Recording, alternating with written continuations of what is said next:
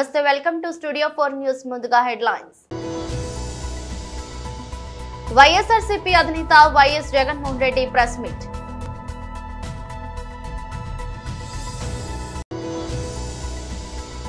Aided కాలేజీలకు ఒక ప్రత్యేకమైన పాలసీ అంశం పరిశీలన.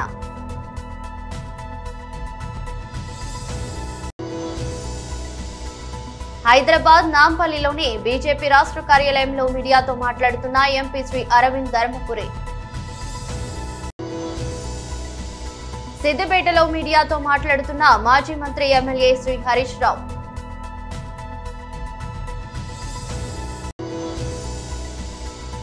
ఆత్మహత్యాయత్నం చేసినట్టు వార్తలు స్పందించిన గాయని కల్పన.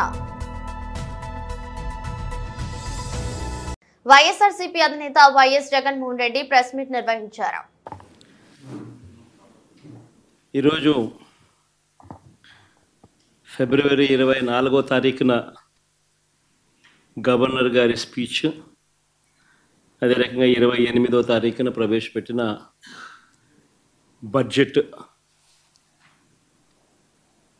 వీటి అన్ని విషయాల మీద సుదీర్ఘంగా అసెంబ్లీలో ఎలాగూ ప్రతిపక్షం చెప్తా ఉన్న మాటలు ఎలాగూ వినే పరిస్థితి, అసెంబ్లీ నుంచి ప్రజలకు తెలిపే పరిస్థితి లేని పరిస్థితుల మధ్య మీ ద్వారా ప్రజలకు ప్రతిపక్షం సైడ్ నుంచి బడ్జెట్ మీద, గవర్నర్ ప్రసంగం మీద, వీటి అన్ని అంశాల మీద ఇటువైపున నాణ్యానికి ఇటువైపున వర్షన్ కూడా వినిపించే కార్యక్రమం చేస్తూ ఉన్నాం.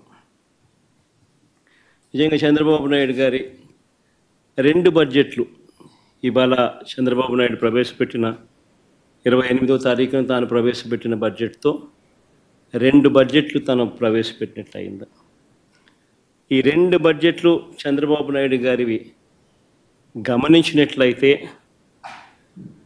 బాగా ప్రస్ఫుటంగా కూడా కనిపించేటి ఏమిటి అని అంటే, చంద్రబాబు గారు అన్ని రకాలుగా ప్రజలను మోసం చేసిన తీరు తేటతెల్లంగా కనిపిస్తుంది.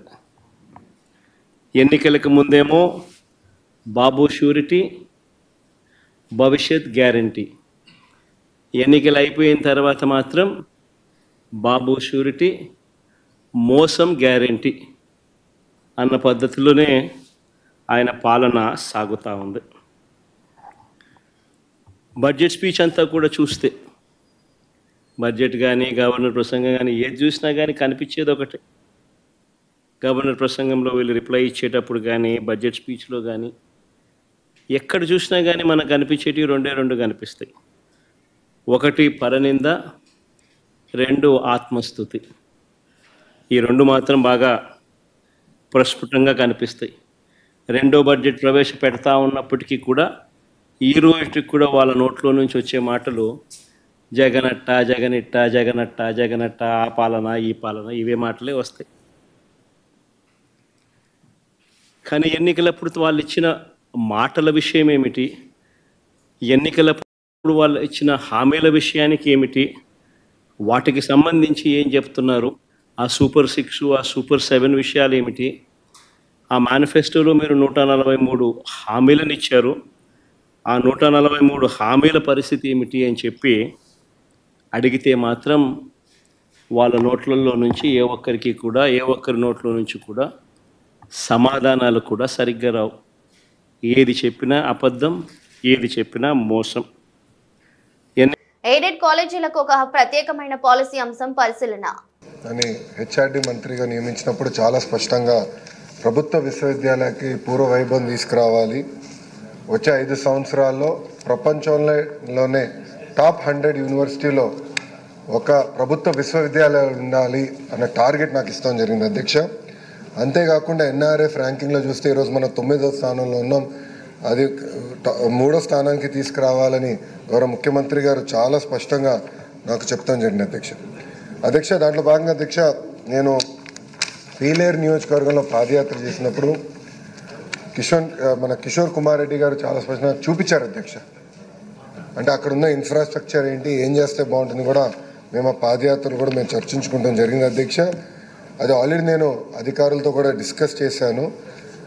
ఇంతేకాకుండా అధ్యక్ష, గౌరవ ముఖ్యమంత్రి గారితో ఒక చర్చ చేస్తున్నాను అధ్యక్ష. ఒక్కొక్క జిల్లాకి ఒక్కొక్క విశ్వవిద్యాలయం ఉండాలని నేను ప్రధానంగా కోరుకుంటున్నా.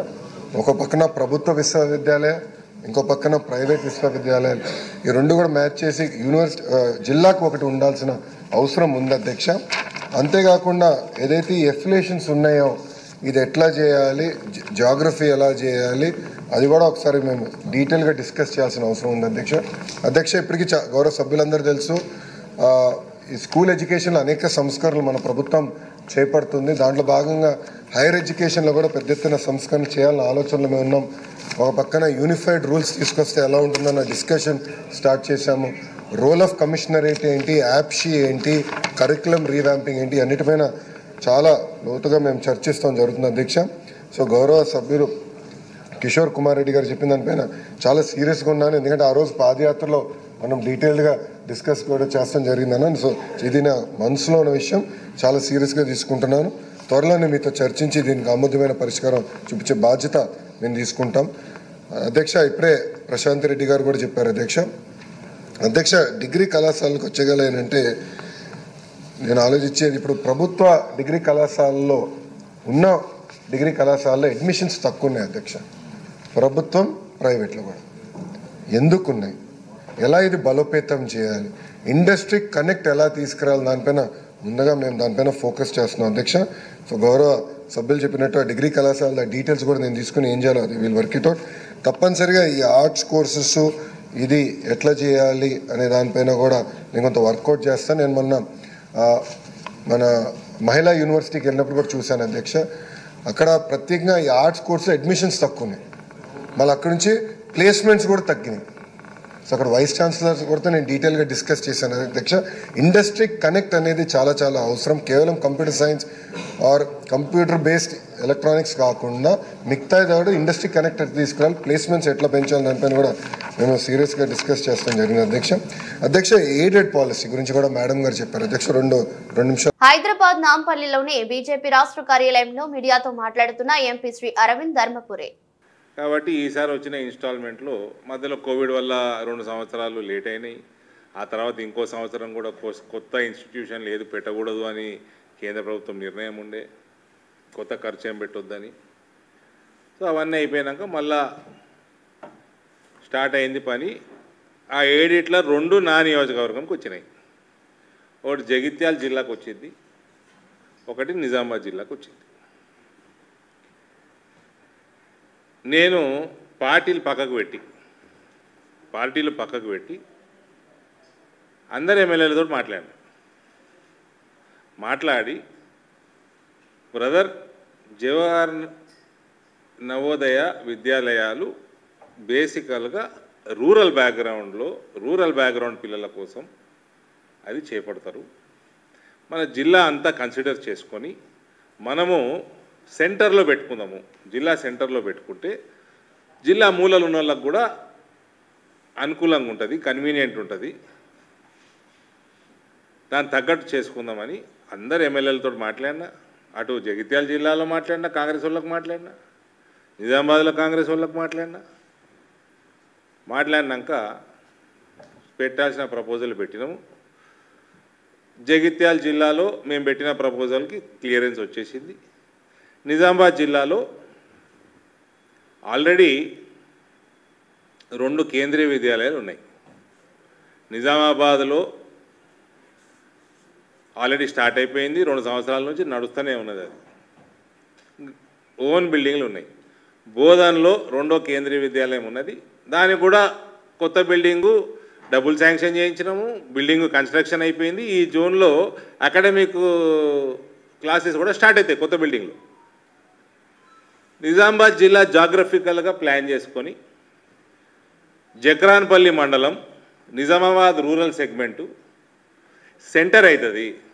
అటు కమ్మర్పల్లి వాళ్ళకి సెంటర్ దగ్గర అవుతుంది, ఇటు సిరికొండ వాళ్ళకి దగ్గర అవుతుంది. మూలలకు ఉంటాయి, జిల్లా మూలలకు ఉంటాయి మండలాలు. రాకేష్ రెడ్డి గారి దగ్గరికి వెళ్ళి నాకు విపరీతమైన ప్రెషర్ ఆర్మూర్లో పెట్టాలి. మా పార్టీ ఎమ్మెల్యే ఆయన. నేను ఆయన ఒప్పించిన. నేను జక్రాన్పల్లి మండలంలో కలిగోట గ్రామంలో జిల్లాకి సెంటర్ అవుతుంది.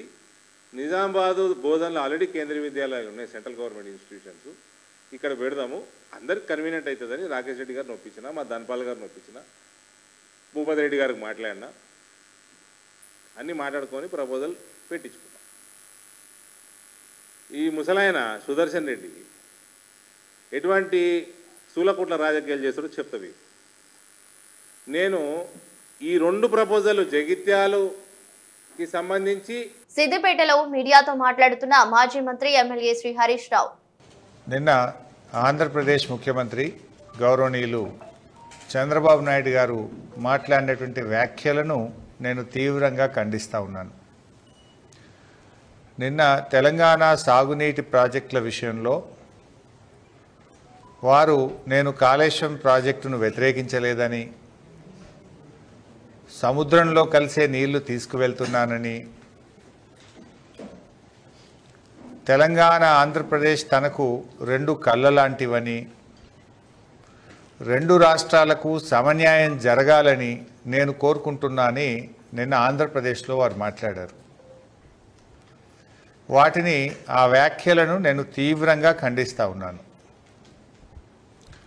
పూర్తిగా సత్యదూరమైనటువంటి వాస్తవాలను ఆయన నిన్న మాట్లాడారు. వాటికి సాక్ష్యాధారాలతో సహా నేను చెప్పదలుచుకున్నాను. బాధ కలిగే అంశం ఏంటంటే రాష్ట్రంలో అధికారంలో ఉన్న కాంగ్రెస్ ప్రభుత్వం చేతగాంతనం వల్ల, రాష్ట్ర ప్రభుత్వ నిర్లక్ష్యం వల్ల, కేంద్రంలో అధికారంలో ఉన్న బీజేపీ పక్షపాత ధోరణి వల్ల ఇవాళ తెలంగాణ రాష్ట్రానికి తీవ్రమైన నష్టం జరుగుతూ ఉంది.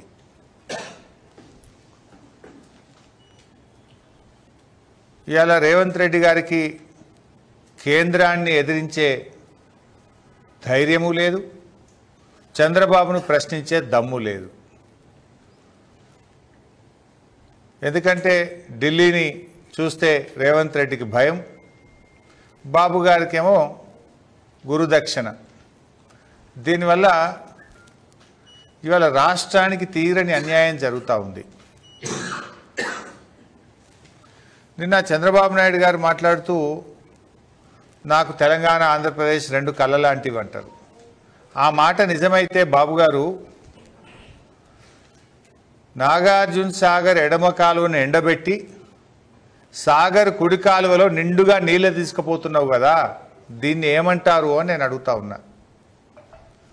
ఇవాళ నాగార్జున సాగర్ ఎడమ కాలువకు సరిపోయేంత నీళ్లు లేక ఖమ్మం జిల్లాలో, నల్గొండ జిల్లాలో రైతులు రోడ్లెక్కుతా ఉన్నారు, పంటలు ఎండిపోతూ ఉన్నాయి. ఇదేనా 2 కళ్ళ సిద్ధాంతం? ఇదేనా సమన్యాయం అని నేను అడుగుతా ఉన్నా. నాగార్జున సాగర్, శ్రీశైలం, కృష్ణానది జలాల్లో ఆంధ్రప్రదేశ్కు తాత్కాలికంగా కేటాయించిన దాని ప్రకారం 512 టీఎంసీలు రావాలి, ఇదే ఎక్కువ. కానీ మీరు 657 టీఎంసీలు వాడారు. ఇది 4-5 రోజుల కింద లెక్క. 657 టీఎంసీల నీళ్లు వాడారు. తెలంగాణకు 343 టీఎంసీలు రావాలి, కానీ తెలంగాణకు 220 వచ్చింది. తన కూతురు విషయంలో తాను ఆత్మహత్యాయత్నం చేశానని జరుగుతున్న ప్రచారంపై ప్రముఖ గాయని కల్పన స్పందించారు. తాను ఆత్మహత్యాయత్నానికి పాల్పడలేదని ఆమె తెలిపారు. తన కూతురు విషయంలో చోటు చేసుకున్న మనస్పర్ధల వల్ల నిద్ర పట్టకపోవడంతో అధిక మొత్తంలో నిద్ర మాత్రలు వేసుకున్నట్లు తెలిపారు. ఈ మేరకు కూకట్పల్లి హౌసింగ్ బోర్డు పోలీసులు ప్రెస్ నోట్ విడుదల చేశారు. తాను ఆత్మహత్యాయత్నం చేయలేదని, ఈ ఘటనలో ఎవరి ప్రమేయం లేదని కల్పన చెప్పినట్లు పోలీసులు పేర్కొన్నారు. నిద్ర మాత్రలు అధికంగా వేసుకోవడం వల్ల ఇలా జరిగిందని వెల్లడించారు. కల్పన 5 ఏళ్లుగా భర్తతో కలిసి హైదరాబాద్ లో నివాసం ఉంటున్నారని పోలీసులు వెల్లడించారు. కూతురు దయా ప్రసాద్ కి కల్పనకు చదువు విషయంలో మనస్పర్ధలు వచ్చాయని తెలిపారు. హైదరాబాద్ లోని ఇంటికి కల్పన ఒక్కరే వచ్చారని వెల్లడించారు. భర్త ప్రసాద్ కల్పనకు పలుమార్లు ఫోన్ చేశారని, ఆమె ఫోన్ లిఫ్ట్ చేయకపోవడంతో కాలనీ వెల్ఫేర్ సభ్యులకు ఫోన్ చేశారని పోలీసులు వెల్లడించారు. వెల్ఫేర్ సభ్యులు డైల్ 100కు ఫోన్ చేసి సమాచారం ఇచ్చారని తెలిపారు. పోలీసులు కాలనీ వెల్ఫేర్ సభ్యులు కలిసి తలుపు తెరిచేందుకు ప్రయత్నించారని, ఫలితం లేకపోవడంతో వెనుక వైపు ఉన్న కిచెన్ డోర్ నుండి లోనికి ప్రవేశించి అపస్మారక స్థితిలో ఉన్న కల్పనను ఆసుపత్రికి తరలించినట్లు చెప్పారు. ట్రాఫిక్ నిబంధనలను ఉల్లంఘించే వారిపై హైదరాబాద్ ట్రాఫిక్ పోలీసులు ప్రత్యేక డ్రైవ్ చేపడుతున్నారు. ఈ నేపథ్యంలో traffic additional DCP Ravinder Reddy పర్యవేక్షణలో మలక్పేట ట్రాఫిక్ పోలీసులు రాంగ్ సైడ్ వాహనాల డ్రైవింగ్, సక్రమంగా లేని నంబర్ ప్లేట్లు, సైరన్లు మరియు మల్టీటోన్ హారన్లకు వ్యతిరేకంగా ప్రత్యేక డ్రైవ్ నిర్వహించారు. ఈ సందర్భంగా అంబులెన్సులు సైతం తనిఖీ చేశారు. రాంగ్ సైడ్ డ్రైవింగ్ అనేది పరిష్కరించాల్సిన అత్యంత కష్టమైన సమస్యలలో ఒకటి అని అడిషనల్ డీసీపీ తెలిపారు. ఇది తీవ్రమైన ట్రాఫిక్ రద్దీకి దారి తీయడమే కాకుండా రోడ్డు వినియోగదారులందరికీ గణనీయమైన ప్రమాదాన్ని కూడా కలిగిస్తుంది. పౌరులు ట్రాఫిక్ నియమాలను పాటించాలని కోరారు. ట్రాఫిక్ నియమాలు ఉల్లంఘించిన వారిపై జరిమానా విధించబడుతుందని మరియు చట్టం ప్రకారం అవసరమైన చర్యలు తీసుకుంటారని అన్నారు. ఇప్పుడు రోజు రోజు మన యొక్క నగరంలో వాహనాల రద్దీ పెరుగుతుంది, బాగా విపరీతమైన రద్దీ ఉంది.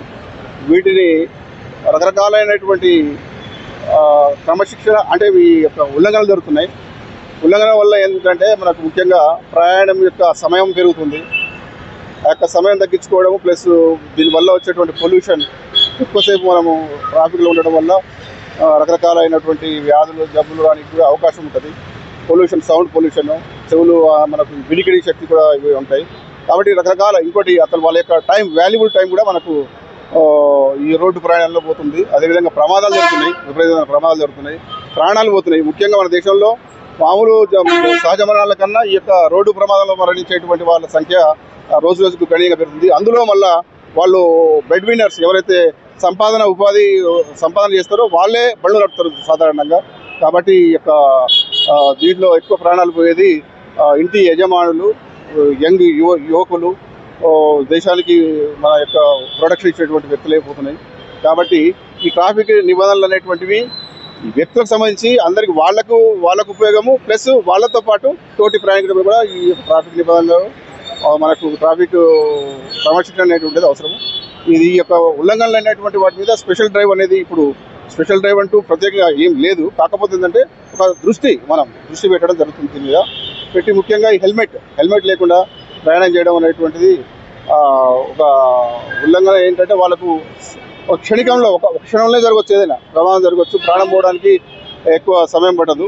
ఎప్పుడైనా వాళ్ళు అనుకుంటారు ఒక్కసారి కదా నేను పోతున్నా, వితౌట్ హెల్మెట్ పోతున్నా, ఏం కాదు నాకేం కాదు, అది ప్రమాదం అట్లాంటివి కూడా.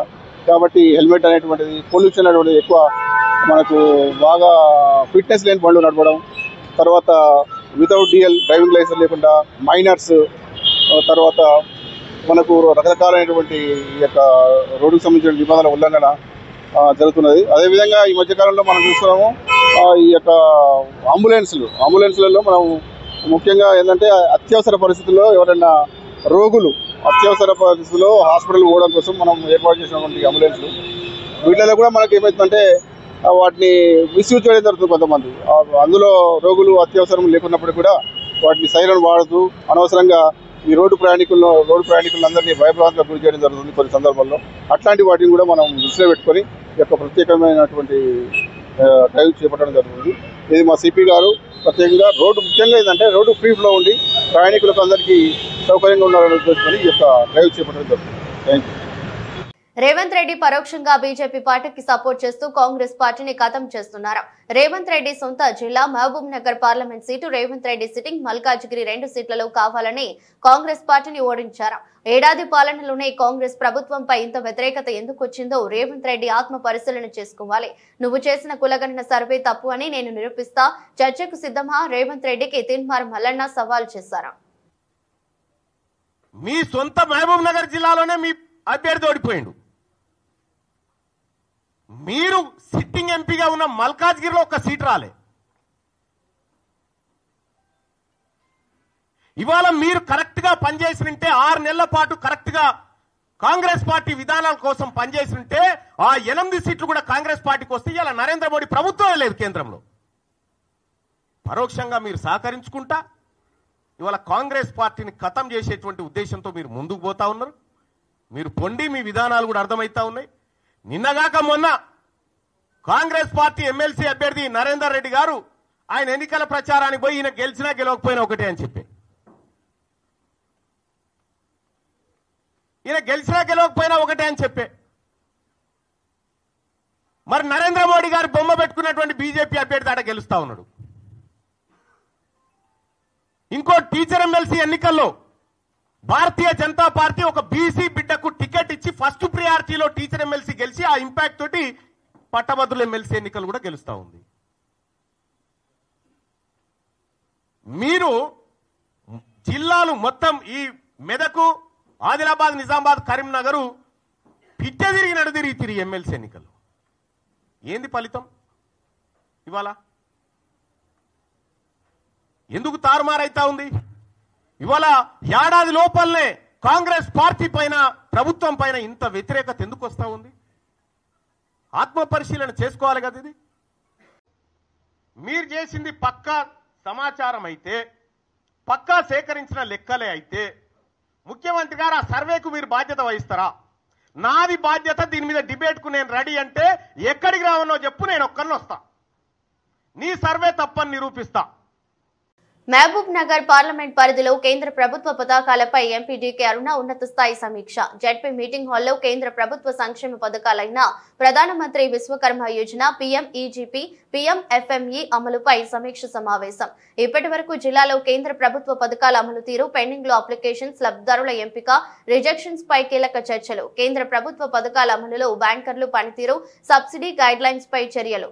ఈ పథకాలకు కేంద్ర ప్రభుత్వం కేటాయింపులు, ఈ బ్యాంకుల ద్వారా ఇప్పటి వరకు ఇచ్చిన లోన్స్, ఇతర అంశాలపై ఆరా. తమ పరిధిలో విశ్వకర్మ యోజన, పీఎంఈజీపీ, పీఎంఎఫ్ఎంఈ పథకాలకు ఇచ్చిన లోన్స్, లబ్ధిదారుల ఎంపికపై వివరణ ఇచ్చిన ఎస్బీఐ, కెనరా గ్రామీణ వికాస్ బ్యాంక్, యూనియన్ బ్యాంక్ అధికారులు.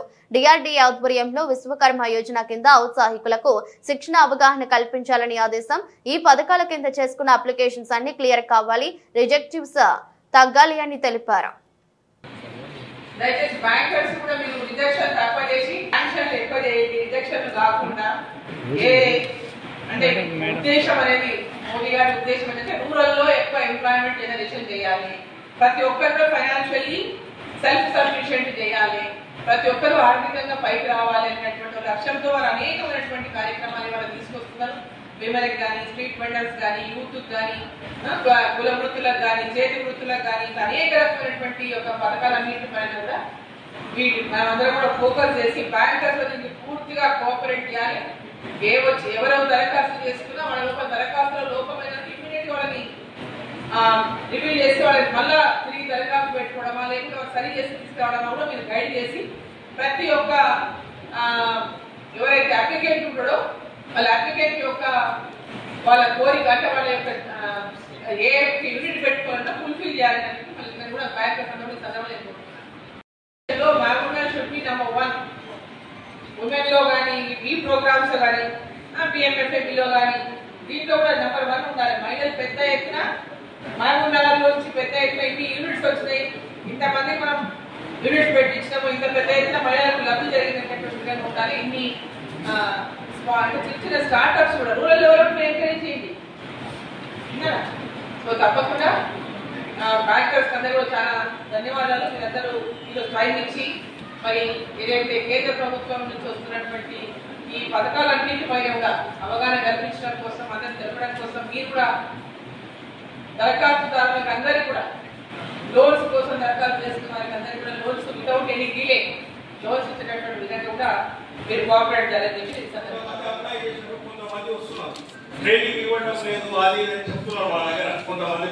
వార్తలు ముగించే ముందు మరోసారి హెడ్లైన్స్. వైఎస్ఆర్సీపీ అధినేత YS Jaganmohan Reddy press meet.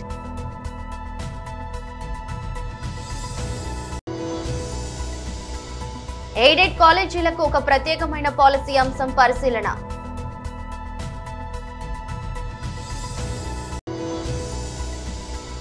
Hyderabad నాంపల్లిలోని BJP రాష్ట్ర కార్యాలయంలో మీడియాతో మాట్లాడుతున్న ఎంపీ శ్రీ అరవింద్ ధర్మపురి. సిద్దిపేటలో మీడియాతో మాట్లాడుతున్న మాజీ మంత్రి ఎమ్మెల్యే శ్రీ హరీష్ రావు.